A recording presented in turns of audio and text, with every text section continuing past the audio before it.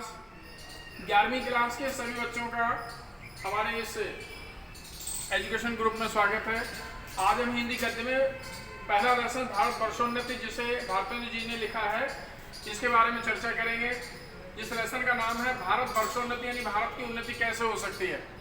इसके बारे में आदरणीय हमारे जो कवि महोदय हैं, लेखक महोदय हैं, जिनके नाम से युग है भारतेंदु युग, उन्होंने बताने का प्रयास किया है कि किस तरीके से भारत के लोगों की उन्नति हो सकती है।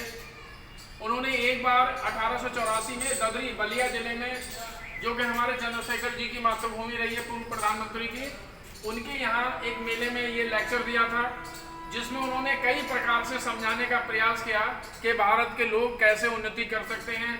भारतीयों को उनकी क्षमता की प्रेरणा देते हुए बताया उन्होंने कि उनके अंदर बहुत क्षमता है, अगर वो चाहें तो अपनी क्षमता का सही इस्तेमाल करके भारत की उन्नति कर सकते हैं और अपनी भी।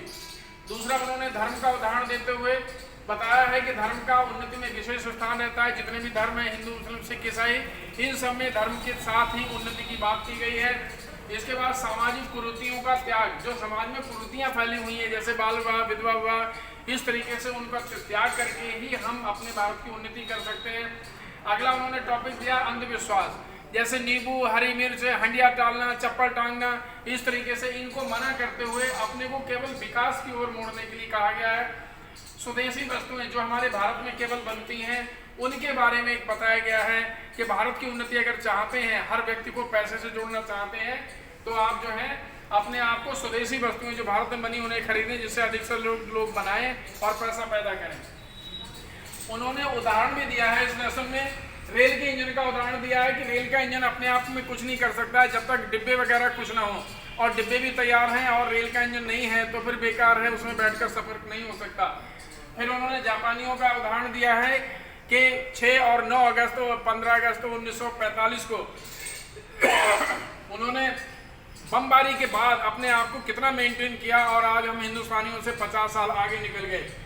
काठियावाड़ी चट्टुओं का उदाहरण दिया है कि केवल वहीं पर खड़े रहते हैं और अपनी टापों से जमीन खुरेदते रहते हैं, हमें वैसा नहीं बनना है। फिर एक उदाहरण दिया उन्होंने हनुमान जी का, कि हनुमान जी को उड़ना आता था, लेकिन जब तक उन्हें किसी ने प्रेरित नहीं किया वो उस बल का प्रयोग नहीं कर पाए थे। तो इस लेसन के माध्यम से केवल यही बात बताई गई है कि भारत के लोग, भारत के बच्चे किस तरीके से अपनी उन्नति कर सकते हैं। इस लेसन के बारे में अधिक जानकारी आपको पेज नंबर 46 पर मिलेगी, और हमारा ये फ़ोन नंबर है, इस पर आप संपर्क कर सकते हैं। That's all.